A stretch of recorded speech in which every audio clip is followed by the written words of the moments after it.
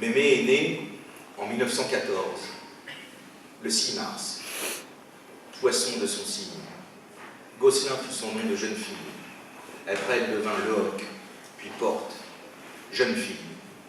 J'ai beau regarder le noir et le blanc des trop rares photos où la jeune fille qu'elle fut posée, je ne vois que Mémé, pas encore tout à fait en tenue de Mémé, mais déjà Mémé, programmée par la vie laborieuse à devenir Mémé.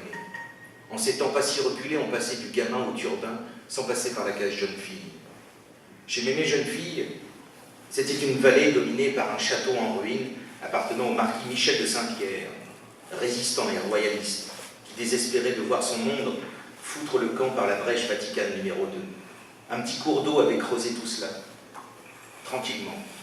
Les fantasmes guerriers en avaient fait le site idéal pour tourner une scène de bataille du temps de Guillaume le Conquérant. Sur les hauteurs régnait la forêt, dont les arbres à l'oreille étaient taillés à la même hauteur, celle du cou tendu des vaches, par-dessus les clôtures. Une forêt dont mon imaginaire d'enfant avait fait le berceau de La mort du cygne de Tchaïkovski, que mon institutrice de CE2 nous avait fait écouter un samedi matin. L'endroit exact se trouvait donc entre le dos de la maison et la forêt derrière, c'est sûr et certain. Dans cette vallée primitive se trouvait également un beau manoir dont la ferme attenante était un miracle de poutres et de torchis. Et dans ces bassins, à l'ombre de marronniers centenaires, barbotaient deux cygnes. Il ne faut peut-être pas chercher plus loin leur mise à mort en musique derrière chez nous. Mémé avait donc commencé son long apprentissage de Mémé ici, dans une Normandie intacte, à 2 pas pourtant de Honfleur et de la côte de Grasse, qui vous mène sur les planches en sablette de Deauville. Elle est née à 2 pas de la mer. Mais la terre, c'est la terre, et la mer, c'est la mer. On n'y allait jamais, trop de monde, trop loin. Et puis pour y faire quoi? Les seules fois où nous sommes partis ensemble sur la côte, c'était pour y cueillir des moules, à Henqueville. Mémé à la plage, la blouse remontée comme les femmes dans les rizières. Mémé pieds nus, paysanne de la mer, cueillant les moules. Je ne suis pas certain que tu prenais le temps de t'adosser à un rocher pour regarder les vagues lécher tes pieds. Les seaux remplis, on repartait gratter et manger les moules, trempés d'une ondée de crème. Le monde s'imagine que la Normandie est une suite de plages que l'on prend par la mer à la hussarde et en treillis en temps de guerre, et par derrière en 4x4 noir et en famille Lacoste en temps de paix. Mais la Normandie est née à Saint-Pierre-du-Val. Le vrai maître des lieux était l'instituteur. C'était lui qui savait quoi mettre sur les papiers que réclamait l'administration. Un certain monsieur Ferré, un instit grand comme un viking, aux sourcils blancs et en jachère, qui avait placé sa fille en pension à Rouen, sur le boulevard Beauvoisine, chez les Toretons. Un instit qui lançait son sabot dans le fond de la classe quand les récalcitrants récalcitraient. Qui jouait de la règle sur les mains fautives, n'en déplaise à certains, les fonds de classe étaient les mêmes que maintenant.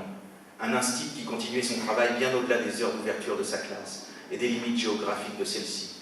La preuve en est que la famille de mon père a croisé celle de ma mère grâce à lui, certainement en parlant le soir à l'école ou chez Mémé, en buvant sur la table un coup de café. Et sûrement qu'il a dû répondre à la proposition caféinée à un « si on a de fait » de politesse. Car il devait savoir qu'ici comme ailleurs, là où ça bosse dur pour des clopinettes, il y a toujours du café de fait. Il est fait le matin et se réchauffe au coup par coup, à la demande.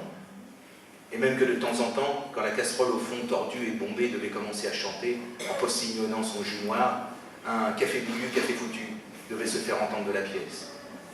Quand Mémé a vu le jour dans cette vallée, il ne devait pas se trouver de monument aux morts dans le cimetière communal. Je doute que la guerre de 70 ait fauché beaucoup de monde par ici. Les dernières batailles concernant le secteur devaient remonter au temps où la guerre faisait un bruit de quincaillerie ambulante. On y tirait à l'arc en faisant un doigt d'honneur à l'ennemi. Elle est née avant la Première Guerre mondiale, celle que préférait Brassens. Elle est née sans plastique, sans téléphone, sans radio, sans télé, sans mail, sans clinique ni pédiatre, sans congé de maternité. Elle est née sous un ciel sans ces rails de nuages qui trahissent l'avion de ligne. Elle est née quand notre République n'avait fait que 3 petites. Quand la France avait des Noirs, des Jaunes et des Arabes qui bossaient et mouraient pour elle au nom de sa grandeur. Tous ces gens qui ne sont pas assez rentrés dans l'histoire, comme disait un certain.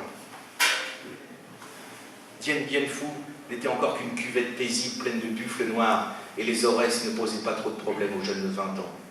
En 1914, quelques mois après Nixon, ma grand-mère a vu le jour. Elle est née à une époque où lorsque les gens étaient filmés, ils se mettaient à marcher de manière très saccadée, pas naturelle pour dessous. Même les chevaux, les voitures allaient très très vite dans les rues. Les gens ouvraient la bouche mais n'émettaient aucun son. On n'entendait que le piano qui devait se jouer hors champ. À cette époque, Internet c'était le marché. La toile, c'était de la toile de bâche. On chattait devant les étals, au cul des vaches, au-dessus des cages à poules et des cajots de légumes. Une fois le marché fini, fallait attendre la semaine suivante pour avoir du réseau. Sinon, il fallait échanger d'opérateur en allant sur un autre marché, dans une autre bourgade, se terminant en île, Beuzeville, Formoville, Tricqueville, Fatouville, Toutain, Martinville, Trouville, Enqueville, Comteville, etc. Ces bleds avaient beau se terminer pareil, si vous veniez de Tricqueville, vous étiez à jamais un gars de Tricqueville. Pour les autres, vous étiez un étranger, un hors-saint.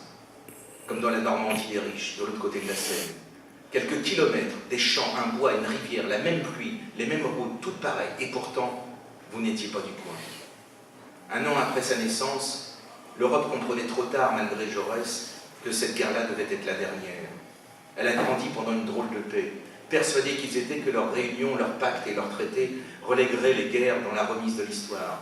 Mais tout en signant tout ça, ils fermaient les yeux sur des inacceptables un peu partout dans le monde. On enterrait pour la 3e fois Jaurès, mais cette fois avec la République de gueule cassée derrière le cercueil. Et on se savait dindon au picot, comme disait ma mère. Comme disait Mémé, pardon. D'une farce amère, car allez, il y aura toujours des guerres, toujours, disait Dorgelès. Et il y aura toujours des mémés, comme la mienne, qui se la prendront en pleine poire, venant plomber sa petite enfance et noircira jamais de sa suie de mort ses 30 ans. Quand les Boches sont revenus pour la 2e couche, ma grand-mère était seule, ou presque. Son mari Lucien était faible, pas de sang, comme on disait. Et dans ces campagnes-là, être faible, c'était boire. Et il buvait, Lucien. Normalement, son travail était de fabriquer des sabots. Mais très vite, son activité s'est limitée à accepter n'importe quelle tâche, à droite et à gauche, pour quelques verres de goutte. Une ferme, c'est dur à tenir. Mais une ferme sans mari, c'est un enfer. Et les flammes de cet enfer, un jour, ont brûlé le ventre de ma mère. Elle avait 3 ans, comme la guerre. Son père somnolait sur la table. Elle jouait avec une pelle à cendre, restée dans les braises. Il paraît que les cris se sont entendus jusque dans les tables. Mémé est allée chercher une bonne femme qui avait la réputation d'éteindre le feu, comme on disait. Elle a veillé la petite pendant des jours, en psalmodiant des prières, et le feu est parti plus loin, tourmenté d'autres corps. Une autre fois, ce fut Bijou, la jument épaisse, qui la sauva. Elle refusa de faire tourner la meule du pressoir, une énorme pierre ronde qui écrasait les fruits. Ma mère s'y trouvait, endormie sur les pommes, dans la rigole. Son père n'avait rien vu, mais la jument l'avait senti. Bijou fut frappée, mais elle tint bon. 3 filles, dont une en bas âge, une ferme rafistolée, quelques bêtes, et un mari qui dormait dans la carriole, au retour du marché, la jument en GPS. Voilà l'état de ses troupes, lorsque le Fridolin a rechaussé ses bottes noires. L'où y es-tu, m'entends-tu? Je compte en Maginot par les Ardennes. Ils sont venus chez Mémé, les chevaux. Ils faisaient sauter la petite chaudine sur leurs genoux pendant que ma grand-mère remplissait leur sac en toile de lait et de cidre. Un œil sur le grenier où de temps en temps le petit frère et ses camarades de maquis venaient se faire oublier. Ils venaient chez elle se refaire une santé. Les Allemands dans la cuisine et une partie du réseau surcouf dans le grenier. Un mari aux fraises et 3 filles à mener au bout. Il fallait savoir serrer les dents sous la peur. Tu m'as dit un jour qu'une femme du réseau, descendue du grenier, avait hurlé sa rage face aux 2 ou 3 teutons qui prélevaient leur dîme au nom du Reich. Elle leur a balancé tout ce qu'elle savait, des mots de larmes et de sang, les trains sans retour, les enfants étoilés, les exécutions d'otages, tout. Tu te pensais foutu. Tu te voyais déjà partir en camion bâché avec tes filles. Pauvre Mémé. Où étais-tu lorsque le messager de la mort est venu vous le dire? Tu avais 30 ans et 3 mois. Que faisais-tu? Étais-tu à l'étable, au champ? Quelqu'un est venu, un voisin, un parent, pour te dire que son petit frère avait fini de vivre. Le résistant avait fini de résister. Une balle est venue lui faire un trou, le jour J. Le jour le plus long fut le plus bref pour ton Bernard, sûrement réveillé à l'aube par un message codé. La petite à la varicelle, ou la mère Michel a perdu son chat. À peine le temps de dire adieu à sa belle de Comteville, sa presque déjà veuve, il est parti dans la nuit, et l'aube n'a pas voulu de lui. Le soir ou le lendemain, quelqu'un dut vous le dire. L'hiver est arrivé au mois de juin, en cette année 44. Et le silence a redoublé d'efforts sur cette famille déjà taiseuse.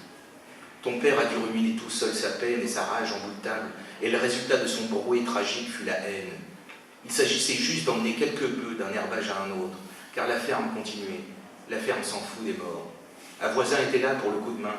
Il devait marcher lentement, en empêchant que les bêtes se goinfrent d'herbe sur les talus, une badine de noisetier dans les mains pour rectifier les trajectoires coûteuses.